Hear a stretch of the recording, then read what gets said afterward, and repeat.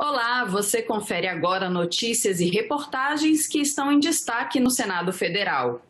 O certificado de vacinação contra a Covid pode se tornar obrigatório em todo o território nacional para certas atividades. 3 projetos foram apresentados no Senado com essa previsão. O governo federal é contra. Por causa do avanço da vacinação e com menores restrições à circulação de pessoas, vários países começaram a abrir as portas para o turismo com exigências como comprovante de vacina. Vários municípios brasileiros também já estão aderindo à ideia de um passaporte da vacina para permitir que pessoas imunizadas tenham acesso livre a shows, feiras, congressos, eventos e outros ambientes com aglomerações.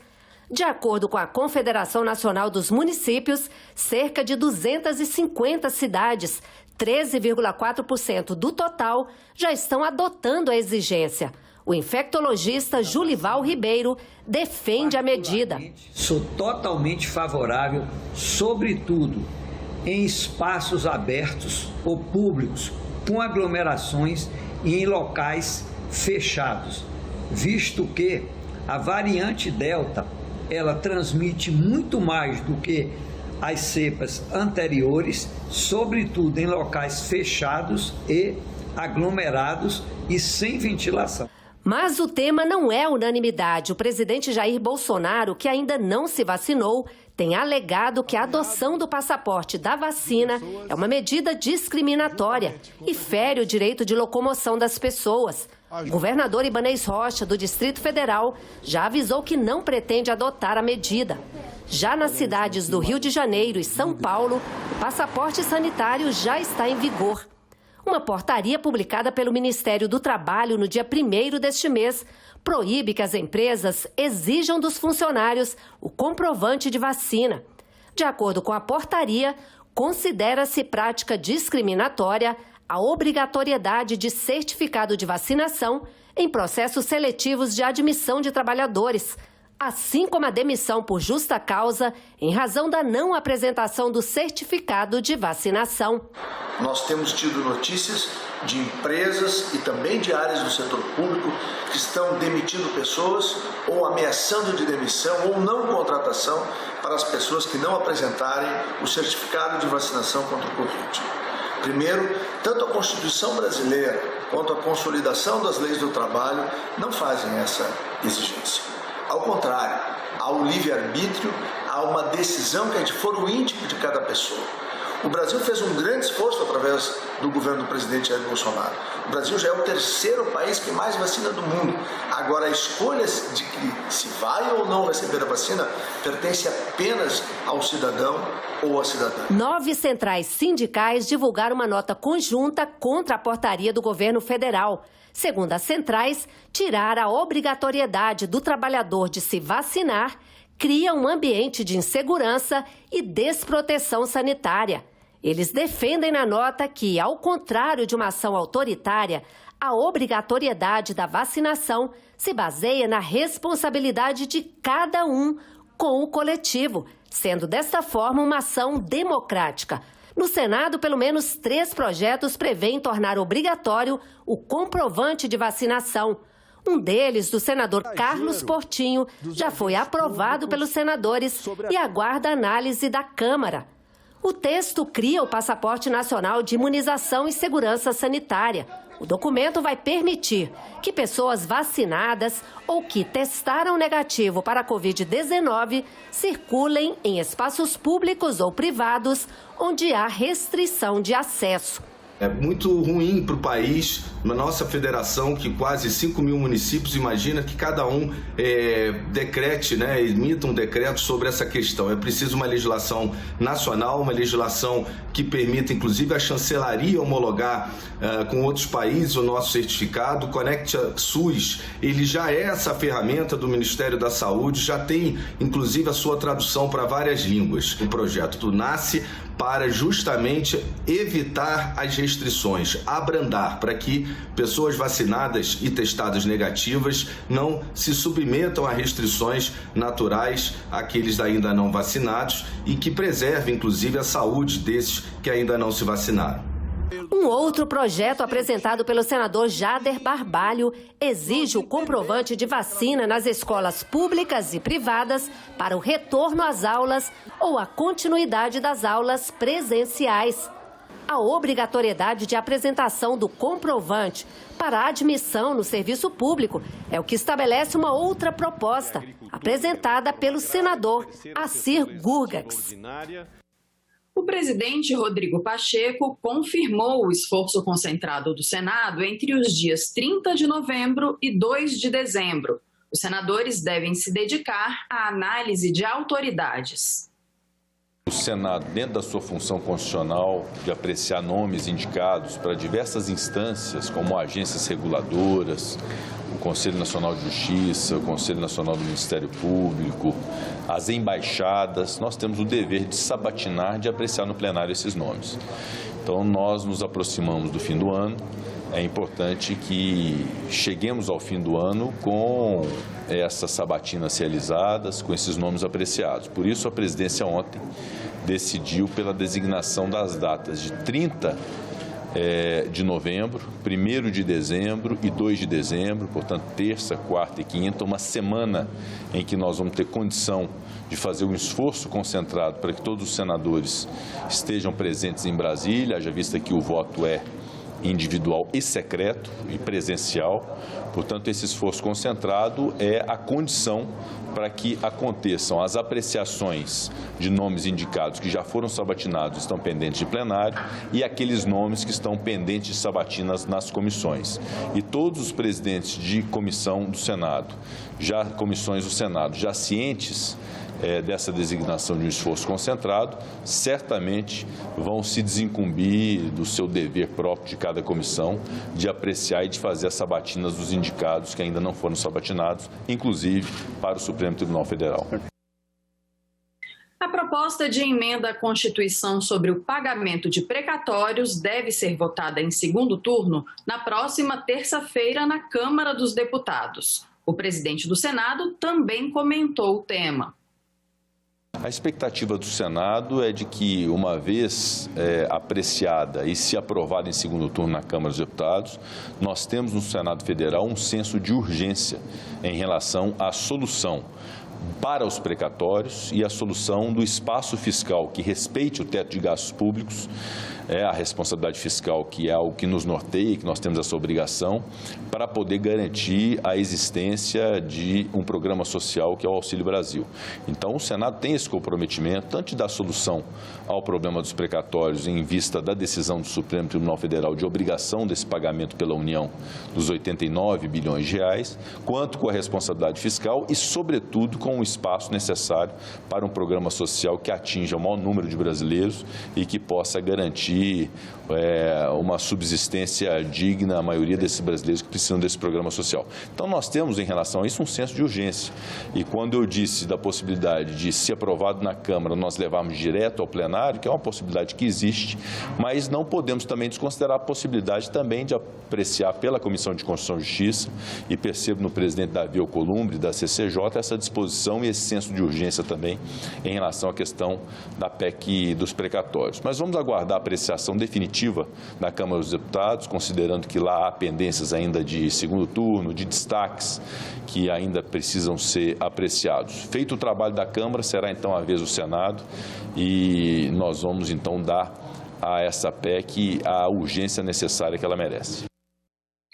O plenário do Senado aprovou na quinta-feira projeto que proíbe a discriminação de doadores de sangue com base na sua orientação sexual. Pelo texto que segue para análise da Câmara dos Deputados, casos de descumprimento da norma podem ser punidos com prisão de 2 a 5 anos. O autor do projeto, o senador Fabiano Contarato, questionou a exigência de 12 meses de intervalo para que homens que tivessem relações sexuais com outros homens pudessem doar sangue.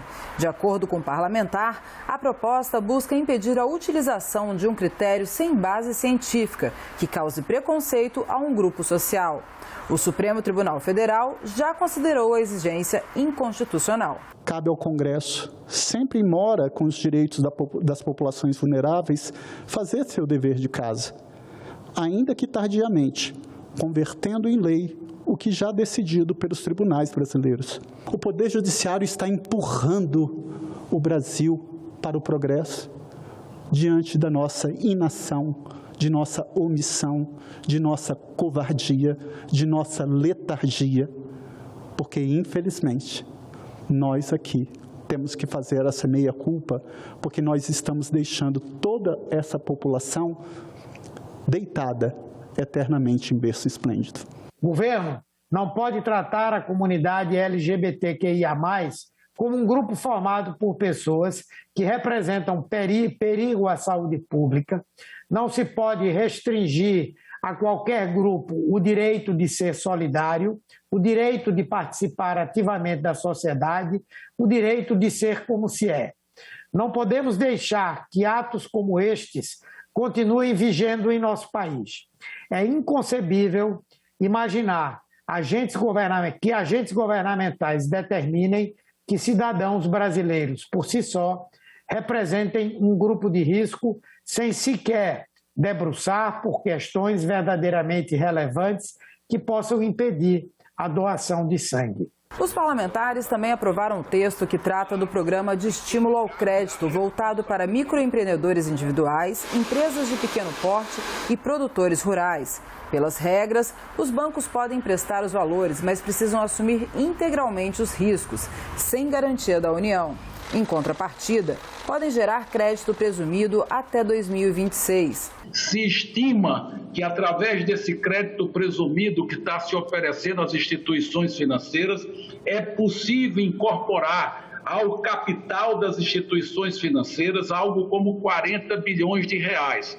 Na proporção da alavancagem do setor financeiro nacional, que para cada real de capital existe uma alavancagem de 10 vezes, ou seja, os bancos podem emprestar 10 vezes o seu capital, nós estamos abrindo a possibilidade de uma expansão do crédito de 400 bilhões de reais. E qual é a novidade? A novidade é que a lei está orientando para que esse crédito adicional, que vai ser verificado com o aproveitamento desse crédito presumido, ele será todo orientado para o empreendedor individual, para a micro e para a pequena empresa. As empresas que faturem até 4,8 milhões de reais. E as condições de prazo, carência, juros serão definidas através do Conselho Monetário Nacional. A Comissão de Agricultura e Reforma Agrária aprovou na quinta-feira o projeto de lei que institui a Política Nacional de Incentivo à Produção de Mel. O Brasil é o 11º maior produtor de mel no mundo, com quase 46 mil toneladas por ano, de acordo com o IBGE. No ano passado, a apicultura enfrentou dificuldades por causa da seca no estado de Mato Grosso do Sul e 20% da produção foi perdida. Para aumentar o volume e apoiar os produtores, os senadores aprovaram a criação da Política Nacional de Incentivo à Produção de Mel e Desenvolvimento de Produtos Relacionados. A proposta veiculada pelo PL 6560 de 2019 deve ser apoiada, considerando que procura fomentar, e esse é o cerne da questão, fomentar as condições indispensáveis para a criação das bases que propiciem a plena exploração do imenso potencial da apicultura e da meliponicultura nacional e, sobretudo, para apoiar os pequenos produtores rurais a melhorarem seus rendimentos e suas condições de vida. A comissão também aprovou a proposta que torna obrigatório o período de recuperação do solo. O chamado pousio é a interrupção de qualquer atividade de produção agrícola ou pecuária por no máximo 5 anos. O projeto determina o registro da data de início de pousio no Cadastro Ambiental Rural, para dar segurança jurídica aos produtores e facilitar a fiscalização. Os senadores aprovaram ainda requerimentos para a realização de 2 audiências públicas. Uma delas é sobre a Política Nacional de Agricultura Urbana e Periurbana. Nós estamos constatando em praticamente todas as cidades brasileiras o aumento da produção de hortifrutigranjeiros nas cidades, em terrenos grandes, e é preciso dar uma atenção especial, porque são pessoas com uma capacidade financeira muito pequena e que precisam sempre de um apoio, seja do governo municipal, dos governos estaduais, do governo federal, e tem que ter também, evidentemente, a nossa atenção aqui no Congresso Nacional. A Subcomissão Temporária de Educação na Pandemia realizou na quarta-feira a segunda de uma série de audiências públicas para debater os impactos da pandemia na educação brasileira. A educação foi um dos setores mais afetados com a pandemia da Covid-19. Com o fechamento das escolas, crianças de todo o país deixaram de ter acesso ao ensino e muitas delas abandonaram os estudos. A evasão escolar tem sido uma preocupação da União Nacional dos Conselhos Municipais de Educação. A exclusão escolar que nos foi imposta em 2020 e continua com relativa agressividade ainda em 2021. Existe aí talvez o nosso maior questionamento de como recuperar esses alunos que foram afetados de uma forma mais direta, dentro de uma possibilidade cada vez mais complicada de tecnologia, e como eles conseguiram superar. Vamos trabalhar efetivamente, estamos tendo já um estudo preliminar feito pela diretoria da UNCM, para que em 2022 os nossos calendários atendam rigorosamente, né, toda essa perspectiva de recuperação. O presidente da Confederação Nacional dos Trabalhadores em Educação reclamou de medidas aprovadas pelo Congresso, como as emendas constitucionais 95, que criou a regra do teto, e a 109, que fixou um subteto. Segundo ele, elas são entraves à retomada de uma educação de qualidade. Ele disse ainda que as soluções para reparar os prejuízos que a pandemia causou aos alunos passa pelo diálogo entre todos os entes envolvidos, mas que não tem conseguido conversar com o governo federal. Trato aqui da necessidade dos diálogos sociais e políticos que ainda não conseguimos estabelecer em nosso país. Todos os ofícios enviados pela CNTE ao Ministério da Educação, até hoje não tivemos respostas. Além de avaliar os impactos da pandemia na educação, os senadores da subcomissão querem ir além. Também discutir o planejamento e as ações quanto ao retorno das aulas presenciais na educação básica e debater uma agenda, né, importante, estratégica e educacional para os próximos anos, com vistas a recuperar as perdas acontecidas durante a pandemia e avançar na garantia do direito à educação. O ministro Milton Ribeiro tem dito, agora na pandemia, os protagonistas foram os profissionais da saúde, os hospitais, os médicos. Agora, no pós-pandemia, os protagonistas deverão ser, acima de tudo, os nossos profissionais da educação, as nossas escolas, e principalmente o professor valorizado acima de tudo. E nós temos que assegurar para que esse volte às aulas seja o mais seguro possível. A subcomissão do Pantanal aprovou na segunda-feira 2 requerimentos que dão continuidade às ações de proteção e conservação do bioma do Pantanal. O primeiro requerimento aprovado solicita que a subcomissão do Pantanal acompanhe a conferência sobre o Estatuto do Pantanal, que será realizada neste mês de novembro em Cuiabá. O segundo requerimento solicita a realização de um ciclo de 4 audiências públicas para discutir o Estatuto. São medidas para promover a conservação, proteção, restauração e exploração sustentável do bioma. Que homens, animais e plantas deixem de pagar com sacrifício eventual, falta de iniciativas que possam ser tomadas em benefício comum. E faremos isso a partir do debate que estamos propondo sobre o Estatuto do Pantanal. Esse estatuto que vamos discutir a partir dos requerimentos que estamos apresentando é resultado do trabalho realizado pela comissão temporária, criada naquela ocasião e que reuniu vários senadores. A liberação do uso de máscaras em locais abertos já é uma realidade em algumas capitais, mas a pandemia ainda não terminou. E é preciso cautela para evitar que novas variantes do coronavírus se espalhem e causem uma nova onda de Covid-19. A verdade é que ninguém aguentava mais o isolamento.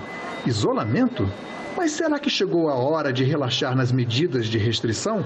As escolas estão reabrindo, a circulação de pessoas parece a mesma de antes da pandemia, o lazer coletivo vai sendo liberado. Dentro do transporte público e em ambientes fechados, a máscara ainda é um item obrigatório. Mas em 3 de novembro, a capital do país resolveu dispensar o uso do equipamento em ambientes abertos. Se alguém pensava que no primeiro dia após a liberação do uso de máscaras em ambientes abertos, aqui em Brasília, a população ia se ver livre logo do equipamento, se enganou. Num dos pontos de maior circulação da cidade, muita gente, a grande maioria mesmo das pessoas ao ar livre, continuava de máscaras no rosto. Mesmo liberado, você está usando, e por que você está usando a máscara? Então, eu acredito que é importante, né, para a nossa saúde. Porque ainda existe muito caso, você viu que está tendo mais de 100 casos ainda. Por que você está sem máscara? Porque já liberaram. Apesar de tudo, a vacina está aí avançando com as vacinações, mas eu acho que ainda a gente precisa usar mais um pouco. A retirada da obrigatoriedade de utilização de máscaras, nesse momento, em alguns municípios, é uma ação que tem que ser muito bem pensada e repensada. Geralmente, a gente recomenda que isso ocorra a partir de uma taxa elevada de imunização, pelo menos acima de 75% da população-alvo vacinada. Mas apesar da queda do número de novos casos, de internações e fatalidades pela Covid-19, os dados disponíveis apontam que, se 121 milhões de brasileiros já estão completamente imunizados, esse valor ainda representa apenas 56,8% da população. A realidade é que o vírus é transmitido pelo ar e o uso de máscaras é um fator fundamental para impedir ou, no mínimo, dificultar a contaminação. A flexibilização do uso de máscaras, ou seja, usar ou não usar as máscaras, depende de indicadores da transmissibilidade e também do avanço da pandemia em determinados locais. E ela deve ser feita de forma gradual e monitorada, principalmente iniciar em locais abertos e que não haja muita aglomeração. A confiança de 95% dos brasileiros na vacina está dando resultado. Mas a vacina não pode tudo. E todo cuidado é pouco. Por enquanto eu vou preservar a minha saúde. E a saúde da minha esposa, meus filhos. Eu aconselharia que, mesmo em ambiente aberto, os idosos pudessem ainda se resguardar um pouco, manter o distanciamento entre as pessoas, manter o uso de máscara, principalmente para os idosos ou pessoas que tenham comorbidades, que a gente sabe que a doença pode cursar com maior gravidade. Nesse fim de semana tem estreia da edição de novembro do programa Eco Senado. Acompanhe agora os destaques na coluna Momento Eco. Eu começo esse trabalho aqui na região do Pantanal de Mato Grosso do Sul, tentando entender como é a vida da arara na natureza, como é a biologia dela, o que ela come, onde ela vive, como se reproduz. Faltavam cavidades para ela se reproduzir, porque eu via muitos casais tentando se reproduzir, mas tinha muita briga, muita disputa por essas cavidades. Então eu comecei a testar modelos e materiais de ninhos artificiais, até que eu encontrei um modelo em caixa de madeira, que foi ocupado pelas araras uma semana depois de eu ter instalado, e essa medida de ninho e essa estratégia funcionou, e aí a gente passou a instalar em larga escala. Ainda na edição de novembro do Eco Senado, nós convidamos vocês para um verdadeiro passeio sensorial pelo trabalho da Companhia de Circo Contemporâneo Nós no Bambu, que encontrou na plenitude da sustentabilidade ambiental do bambu a sua fonte de inspiração.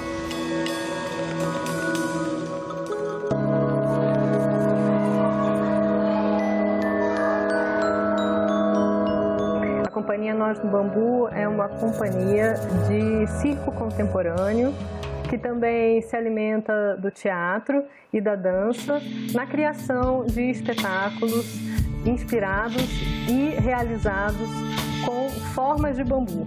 Ou seja, nós construímos instrumentos acrobáticos artesanais de bambu e interagimos com essas formas com ênfase na dança acrobática. O programa EcoSenado vai ao ar sempre aos sábados e domingos, às 9 da manhã e às 4 da tarde. E a coluna Momento Eco de hoje fica por aqui. Tchau! Ficamos por aqui. Você pode rever as reportagens desta edição na nossa página na internet, senado.leg.br/TV. Obrigada pela companhia. Continue sintonizado aqui na TV Senado.